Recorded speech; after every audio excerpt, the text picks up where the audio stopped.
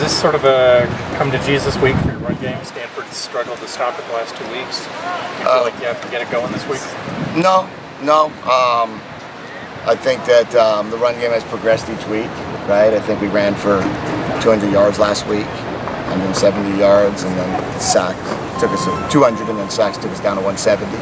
So I think that just gotta. I mean, I don't really look at it in terms of what we have to do, run or pass. I just look at it, we have to just move the football, and I don't look at yards in terms of how many yards you have in a game. I talk about how many yards you have per carry, and if you're in that 4.5, 4.6 a carry, you're in a great spot, and we've had that for 2 weeks in a row, so or more. So I just think you just keep working at it, keep running the football, you keep throwing the football. I mean, we have a good quarterback, so it's okay to pass it, and we have no problem. I have no problem worrying about the whole run-pass thing. That doesn't even really kind of enter my mind. With Stanford, when they get rolling and control the clock, it's almost like playing an option team, the way they cut down on possessions. How do you think about, in terms of as a play caller, knowing, hey, we only may get the ball 7-8 times in a game? Yeah, well, I mean, we ran a very similar offense in Michigan that they're running at Stanford, so I have a pretty good feel on how that goes and what what it looks like and how it plays itself out. I also know we have a good defense, and we get the ball back, and we just have to. Our job is when we get the ball, we have to drive down and score, and that's offense's jobs. That's what you're supposed to do. You're supposed to move the football, and you determine whether you're going to punt it or kick it. Just don't give it to them, and that's what we'll try to do, and we'll try to score as many points as we can score, as we've tried to do the last 3 weeks. Coach, previously in the season, we talked about, sometimes, Josh can make a play with his arm, you just kind of have to accept that. Is that easier said than done, at this point in the season, he could maybe throw across his body or something like that? Yeah, I mean, Josh threw across his body, but he also threw for 460 yards and had 4 touchdowns and ran for another. So I'm pretty good with Josh's play in terms of, I think he's 1 or 2 in the country throwing the football. I think he's 1. I think he's thrown for 13 touchdowns and 2 interceptions. So those are going to come. I haven't seen a perfect season yet, but we continue to just coach him, and we continue to talk to him about. He knew that. He knew he wasn't supposed to throw across his body. I mean, it happened in the heat of the moment, and we went down by 10, and then 3 plays later, we're down by 3 again.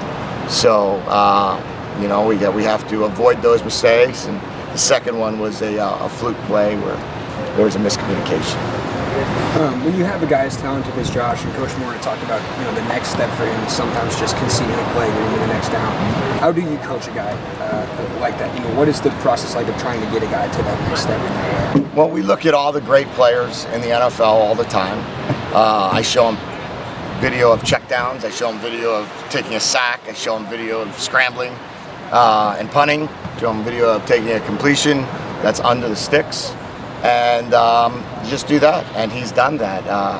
He made a play on a scramble that he probably didn't want to make, but I don't know. I think that all in all, he played for the 3rd straight week, he's played really, really good football, and I think that if that final drive resulted in anything but what it resulted in, and we won the game 52-48, rather than lost at 48-45, probably everybody would be talking about another game where he had 6 touchdowns. So we just got to keep working at it, and he's got a way to go, and that's why he's a junior in college and not a 40-year-old starter in New England. So we'll just try to get him to that point here, and hopefully in 19 years from now, somebody calls and says that he's now not making those same mistakes.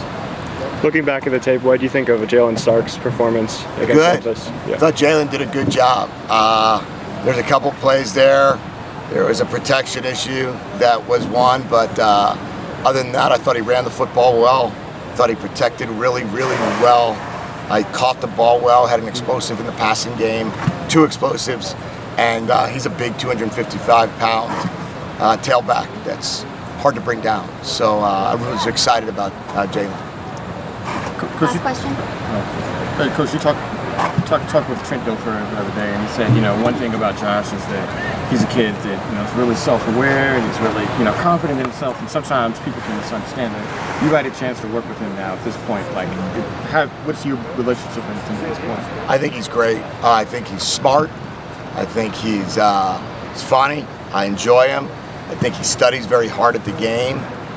He's a good leader. He is somebody that prepares extremely hard for game day. He, as the week progresses, you can see his intensity and his focus continues to get stronger. He's a good note taker. He comes out to practice and never questions or doubts what we're doing, and has been really awesome to coach, and someone that I'm hoping we have the opportunity to coach now for another 19 games or so, and continue to help his evolution to become that elite player, which I think he's able to be. Thank you.